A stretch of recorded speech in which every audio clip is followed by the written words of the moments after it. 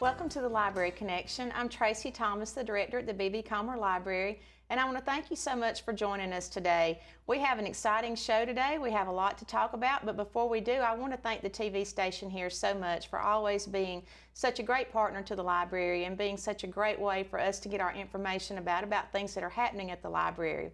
So with no further ado, I will tell you it is that time again for us to do the Brown Bag series at the Comer Library, and we're just always so excited to do this series because it allows us to see our friends that we've missed so much over the summer months. And today I have the very best expert here to talk to us about the Brown Bag series, and that's Dr. Shirley Spears.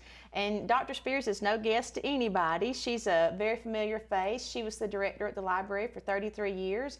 And when Dr. Spears got ready to switch roles with the library and start focusing more on the Library Foundation side, she was so gracious and she said, you know, Tracey, I will continue to book the Brown Bag programs if you would like me to do that. And I always appreciate you so much for doing that, because when you look at the lineup that we have, you will see that we have some of the best people that you can get, and they come to Sylacauga because of Dr. Spears and because of the reputation that she has of putting on a great program and having a great audience, and that involves you. So thank you too for your participation in that and the support through the years.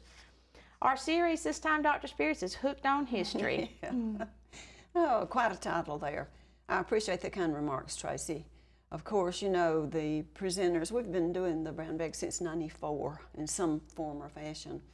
And they come to Sylacauga because of the audience, I think, and the fact that people appreciate.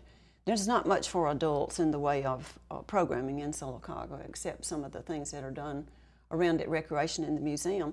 But to have the very best scholars, the best presenters to come in, it is a joy. And I enjoy contacting them again and staying in touch with them. So I appreciate the opportunity to schedule the Brown Bags. And pretty soon we'll be looking at winter quarter next year. So we'll be looking again for somebody good to come to Sylacauga. But right now we're going to focus on Hooked on History.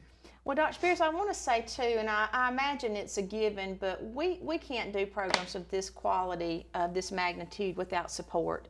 And we do have the support of the B.B. Comer Library Foundation through all the efforts that Dr. Spears puts in to book this and to make it happen.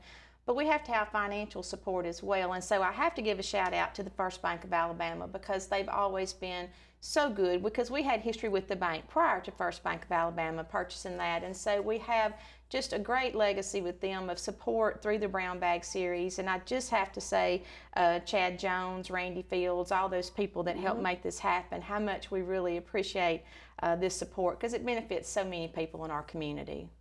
Well, it really does make a difference to have someone to help us with the honorariums and to pick up the costs that go with having something that's totally free.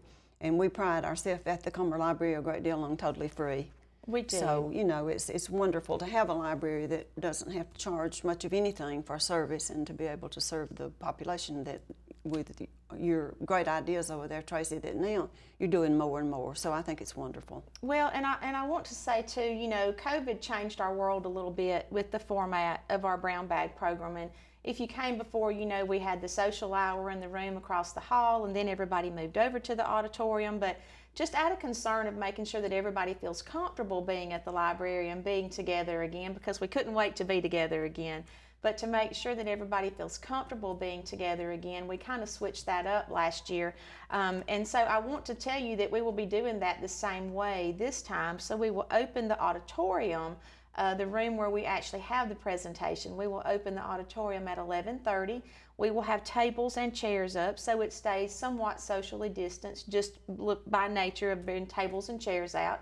And so we will stay socially distanced. We would like to ask, if you would, just to wear a mask as you come into the building, and as soon as you sit down, feel free to take that off, just to make sure that everybody stays comfortable.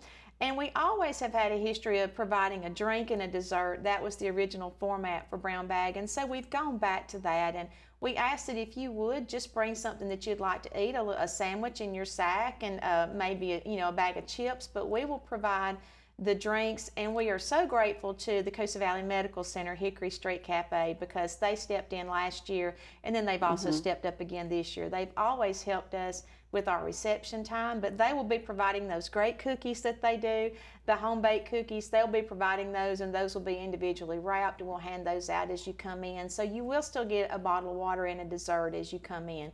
So we would like for you to bring your lunch, come join us at 11:30. And so with that, we'll start talking about our lineup, because we always like to kick off with some type of musical program.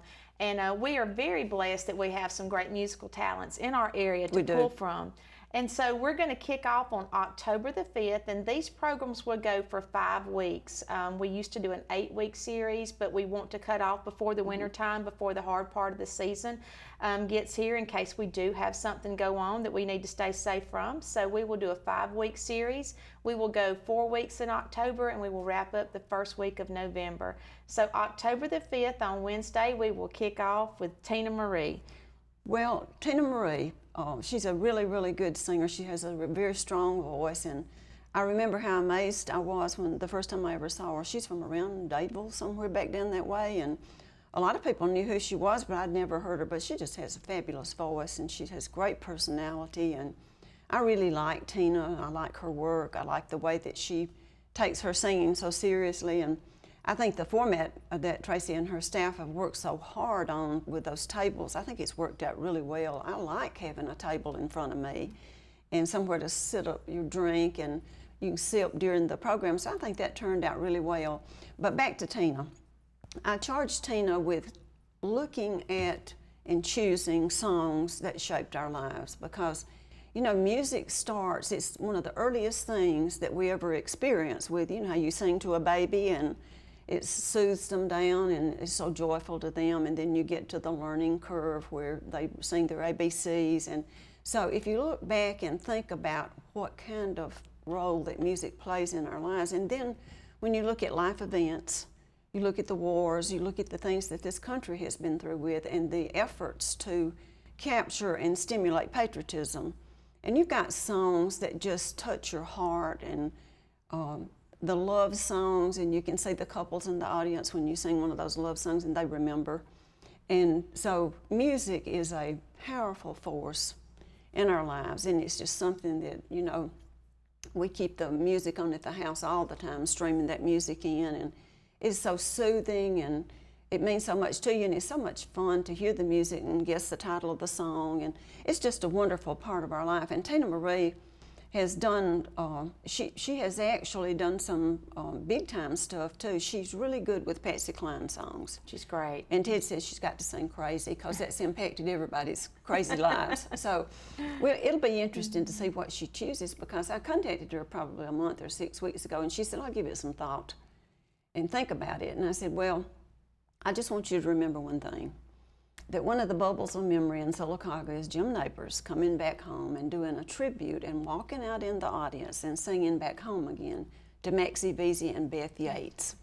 So I always think about that when I think about how touching songs can be and how much they can mean. There was about, whatever that auditorium will hold, 800 or 900 people there that night. And for those wonderful women that helped him and encouraged him along the way, for him to be able to sing to them, that was a privilege to see. But Tina said, I already have that on my list. So anyway, she'll be choosing songs that she thinks has helped us to get through hard times and rejoice through good times. And it'll be interesting to see what she does. That's part of the fun, is for them, the experts in their fields, to bring their creativity to our audience. And you know, Dr. Spears, we did some research here years ago. We did some research on how to stimulate memories, because we were doing some intergenerational programming with the nursing homes and the care facilities, and that was one of the things that they told us was one of the best ways to stimulate memories, is to play music, to play familiar songs from their era. So I think that's a great program to have. We're going to take a quick break, and when we come back, we're going to talk some more about the rest of this lineup on Hooked on History. The Maxie Veazey Senior Adult Activity Center offers the senior citizens in the Sylacauga and surrounding areas lots of fantastic activities throughout the week. Sewing, ladies bridge, quilting, game-o-rama, ceramic classes, bingo, travel club, and lots more. It's all at the Maxie Veazey Senior Adult Activity Center, located next to the J. Craig Smith Community Center in Sylacauga. Don't spend any more time alone. Get out, make new friends, and have fun. Silicaga's best kept secret? No more. Harvey's on Noble is the place to go for the area's best food and drinks. Whether you're in the mood for steak, burgers, salad, seafood, or dessert, Harvey's on Noble will not disappoint, and the atmosphere is perfect for catching the big game or just relaxing after work. Harvey's is open for dinner Wednesday through Saturdays, so round up the family and we'll see you at Harvey's on Noble, downtown Silicaga. Great. What am I going to do now? Time to visit Brown's Auto Collision. No problem at all. We've contacted your insurance company and we can get you back into original condition right away. And I just want to remind you that all of our work is covered by a lifetime warranty. We're done. Wow, that was easy and looks great. Brown's Auto Collision. Where quality is no accident. Welcome back to the Library Connection. I'm Tracey Thomas, Director at the Comer Library. Today we're talking with Dr. Shirley Spears, and we are excited because it's that time of the year again to do our Brown Bag series. And so this time we're talking about Hooked on History, and again I always want to make sure we thank our sponsors, First Bank of Alabama and Coosa Valley Medical Center, Hickory Street Cafe, for helping with the desserts there. And so we've talked about our first program. We'll kick off on October the 5th, and then our next program is October the 12th, and that's Dr. Wayne Flint, and it doesn't get much more prestigious than Dr. Flint. Well, I'm excited about having Dr. Flint back, and if you think I have Dr. Flint a lot, I'll tell you that I have him every time I get an opportunity to, because he is retired. He's been retired for many years. He's a professor emeritus from Auburn University's history department, and he spends a great deal of time. He actually has done a lot with athletics and just all kinds of areas where he's looking at the history. So I know that anything he does is done well, put together well. He loves it. He likes to talk about it, and he was personal friends with Harper Lee. And so, you know, the most popular book probably in the world, and the author coming from Alabama, we're all fascinated with Harper Lee, with her legacy, with her peculiarities, with her going to New York to live, and all of the things about her are so interesting. So when she was very old and had, I believe, a stroke and lost her vision to some extent, she went into care down in Monroeville, where she was from. Well, Dr. Flint and Darty, his wife, for 10 years, they went to see her every Sunday afternoon and spent afternoons with her. And they talked about everything. He said, we talked about everything. We talked about history, we talked about customs, we talked about folklore, we talked about people we knew. We just had fun together.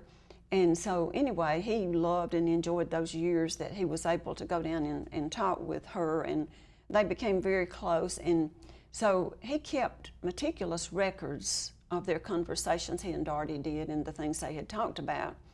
And so his book was ready to write when Harper Lee died, not so terribly long ago. And he put together Afternoons with Harper Lee. So he is bringing the story of his afternoons with Harper Lee to us. And I think it'll be fun to hear him. Her sisters were living at that time, and they would often join them, and they would talk about things from different perspectives. Her sister was a really, really prestigious lawyer into her 80s. So they're an amazing family. He has an amazing perspective on her. He's an amazing presenter. And so I hope that you will come out and see Dr. Flint. He's one of the best, and so every chance that we have to get him, like Dr. Spears said, we do.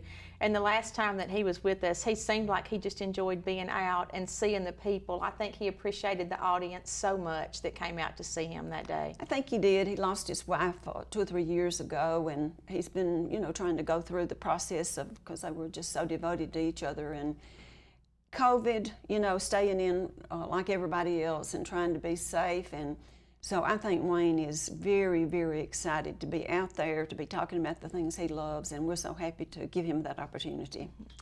The next program we'll have will be on October the 19th, and Dr. Spears has done such a great job of trying to find programs that appeal across the board to men and women equally. And we've had this presenter before, and he did a great job. He did. He's really, really a neat and interesting guy, and I remember that his mother came from Atlanta to see him present that day. He's a little bit he seems sort of young to me. Everybody seems young to me nowadays. But he is the he's been at Auburn in the history department down there for quite a few years. He's served as the chair of the history department since 2016. And actually, he's sort of he's one of those historians he's studied junkyards, hot rodding, and that side of the culture that has been, he did his dissertation in those areas. So I had him come in and do junkyards and the impact on the culture and what the role that they play. And you know, we have a lot of aficionados. My son-in-law's one of them, but a lot of people around here just love junkyards and they like to create things from the old stuff. And so junkyards certainly have their part in our culture, and hot rodding ties right in with that. And I've noticed around Sylacauga that we have a lot of hot rodders around here. Well, I know we do because I see those cars, and they're all shined up and got all kind of wheels on them. And so, and it's interesting, I see them also in stores talking to each other. So there's sort of an underlying hot rodding culture around the area. I hope some of those guys will come out and get the word and come out and see what David Lusko has to say about when hot rodding started, who built those cars, and it's just a wonderful topic to think about for people to be obsessed with saving that part of the culture and bringing those cars back and making them look good and riding around in them. And I remember Mr. R.C. Wakefield, who was a great friend to the library here, he had an old, I can't remember what it was, a 40 Chevrolet or something, and it still run. And I can remember him taking Ted for rides in that car. And so there are just people you'd be surprised at who love old cars and like to restore them. I thought that would be a really great thing. It's kind of like the golf course thing we had one time, and a lot of women came and they left and said, oh, this is one of the best programs I've ever seen. And I don't play golf. I started not to come. So don't judge a program just because you're not a hot rodder or don't like hot rodding. You still might enjoy hearing about it, because I think I will. I was just fixing to say that we've had programs before and you would see the topic, because sometimes you just have a great presenter and you just know they're going to do a good job no matter what they do. And so sometimes when you contacted them, they'll say, oh, I have an idea, I have this topic or whatever. And so you take it because you appreciate them and you respect what they want to talk about. And we've seen topics before and we thought, I don't know how that's going to go over. I don't know if that'll be interesting. But it always goes. It always does, and you always leave thinking, I'm glad I know that now, because even if it's something you weren't interested in, you always leave knowing something new. Mm-hmm. And I think that's the appeal to all these programs. I think it is too, and I have so much respect for those people that delve into the unknown almost with history, and they look and bring things to light for us, and they're doing the work and we're getting the pleasure. So I think we're so very fortunate to have people to call on, and if it seems like we do use some people often, we do, because I've had some presenters that did quote age out, and I understand about aging out, but later you think, I wish I'd had them more.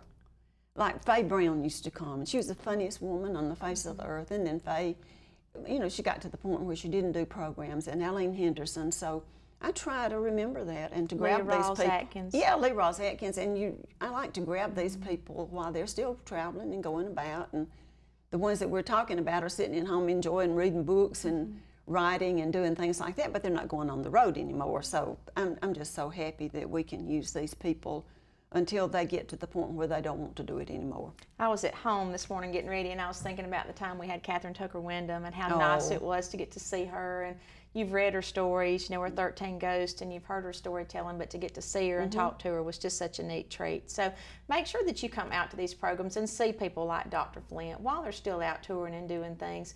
We're going to take a quick break, and when we come back, we'll talk about the rest of the series, Hooked on History. The Maxie Veazey Senior Adult Activity Center offers the senior citizens in the Sylacauga and surrounding areas lots of fantastic activities throughout the week. Sewing, ladies bridge, quilting, game-o-rama, ceramic classes, bingo, travel club, and lots more. It's all at the Maxie Veazey Senior Adult Activity Center located next to the J. Craig Smith Community Center in Sylacauga. Don't spend any more time alone. Get out, make new friends, and have fun. Sylacauga's best kept secret? No more. Harvey's on Noble is the place to go for the area's best food and drinks. Whether you're in the mood for steak, burgers, salad, seafood, or dessert, Harvey's on Noble will not disappoint and the atmosphere is perfect for catching the big game or just relaxing after work. Harvey's is open for dinner Wednesday through Saturdays, so round up the family and we'll see you at Harvey's on Noble, downtown Sylacauga. Great. What am I going to do now? Time to visit Brown's Auto Collision. No problem at all. We've contacted your insurance company and we can get you back into original condition right away. And I just want to remind you that all of our work is covered by a lifetime warranty. We're done. Wow, that was easy and looks great. Brown's Auto Collision. Where quality is no accident. Welcome back to the Library Connection. I'm Tracey Thomas, Director at the Comer Library, and today we're talking with Dr. Shirley Spears. It's that time again. We're doing our Brown Bag series at the library, and this time we're doing Hooked on History, and it is our First Bank of Alabama adult lecture series. And we wanted to talk just a minute again about the format, just so that everybody's aware of what we will be doing. You will come at 11:30. We will have the auditorium open. We will have tables and chairs set up. We're asking that you bring a little sack lunch or something that you would like to eat, and we will provide bottled water, and the Coosa Valley Medical Center's Hickory Street Cafe will be providing those great home-baked cookies for everybody. So you'll come a little bit early, get your seat, visit for a minute with your neighbors and your friends if you'd like to, and then the presentation will start at 12. So with that said, we have talked about 3 fantastic programs in this series, and we want to talk about the last 2, and the one that we will have on October the 26th. Dr. Hanson is no stranger to Sylacauga either. Dr. Jim Henson is retired from Auburn University, and he is a professor emeritus there and had an outstanding record of teaching aerospace history for 26 years. So when I called him or communicated with him about did he have anything that he could do a program for us, he did Sputnik for us, he did Neil Armstrong, he did the Trent Jones Golf Course Trail because he's a wonderful world-class golfer of all things. So he's a person that has many talents, many skills, and the Neil Armstrong episode sort of put him on the world map because some of you may have seen the movie First Man, and he did the only authorized biography of Neil Armstrong that was ever allowed. So he did go to Hollywood as a consultant on the movie, and he came and did a program on that particular part of his life for us, one of the best programs we ever had, I thought. And so Dr. Hanson's a very talented man. So I was a little surprised when I called him and he said, "Oh, I'm doing a book on Charles Lindbergh and Ann Morrow." And I said, "Really?" And then I got to thinking about, the first solo flight across the Atlantic, and that's what he was known for. And I thought, yeah, that does tie into aerospace history, so it's kind of a natural for him to wander off on them. But that's such an intriguing story because I did go back and refresh my memory on Charles Lindbergh. And of course, I believe it was 1932, their child was kidnapped, an infant son. And that's, it was just one of those things where it was one of the most sensational kidnappings in the world. For that child to be taken out a window, and then they did catch somebody that never admitted to doing it and executed someone for doing that. And then I think they had 5 more children. They had a life together. She's known for her essays, her poetry. She was quite a writer. But she got a pilot's license, and she flew with him a lot. So the name of the program is Solo and Together.